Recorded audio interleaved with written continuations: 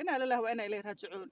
Guys Soomaalida horta Soomaaliya joogto iyo Soomaaliya Kenya joogto markay guursadaan ma waxay aamini waayeen inay guursadaan. Like when you get married and you get laid, do you forget that you got married? Like I don't understand. Yeah. There's some things we need to know. Wallahi oo bilaa u tala there's some things we need to know. Soomaaliya joogto iyo Soomaalida Kenya joogto. Soomaalida Soomaaliya joogto iyo kuwa Kenya jooga waxayna bareen Soomaalidan kale adduunka qurbaha joogto waxyaalo aan weligeena arkin. Waxayna bareen dad waaweyn oo 30 40 ku tabeey jiro oo soo qarxo waa qarxis erayga qarxisana bareen horta. Qof qaabana wax baas nini naaga is guursanayaan waxay sameynayaan wixii waa la qarxiyay maqleysaan. Waxayna bareen waxa la dhoo qarxis. We need to know walaal haddii aad guursatay you got laid oo hal mar uu qariin lagu xagxagtay. Did you forget your body was yours? Miss ilawday. Ma xitaa qofka dadkan qaqaawan oo inta sawiradiis ka dadawaan haddana soo gelinayaan. Walaal you forgot you are you forgot your body is yours? Ma xitaa duuka aabaha was were so confused.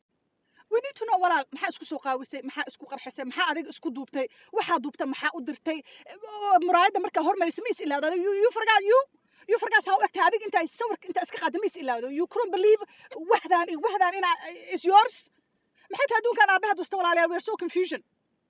We need to know why dadkiinan Soomaalida iyo Kenya joogto walaal maxaa inta isla qaawisaan isku duubtaan hadana isoo galisaan adig inta is aamin weysay oo adig qaawanaantaad isku duubtay isku aamin weysay qof kale ku aamintay hadii lagu soo qarxiyo hadhood walaal anaga ma kula oyn karnaa we cannot do that.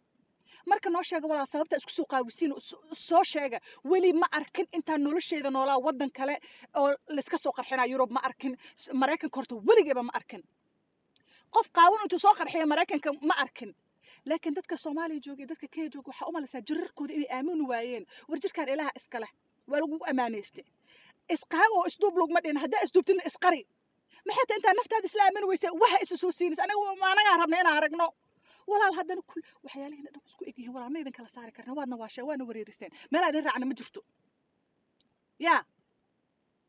marka please nooga soo jawaaba because we need to know maxaa isla qaawisaan ma qaniyadii xagxagtinka idin ku cusub you guys cannot believe that goes down because I know it goes on in Somalia waa wax ka gur badan iyo wax ka qobasarsan iyo wax ka bosqaansan iyo waxaas dhan way joogaan guur iyo guur la'aan Soomaaliya wax kasta way ka dhacdaa wax kasta xumaan ah meel walba adduunka way ka dhacdaa laakiin maxay tahay xumaantan ugu weyn oo haddana dhalinyarada ahaan dad 40 jiro oo dabeey jiro 30 jiro waxa soo siinaa maxay tahay walaal we need to know why we need to know why anaga hadda Soomaali inay fahnaa rabnaa walaal maxaa isla qabsan haddana gabadha habartu ahay farxi ka beer soo idin 10 in ma dhigin gabadha habartu ahay soo ma idin 10 dhigin didn't she say kala reeba.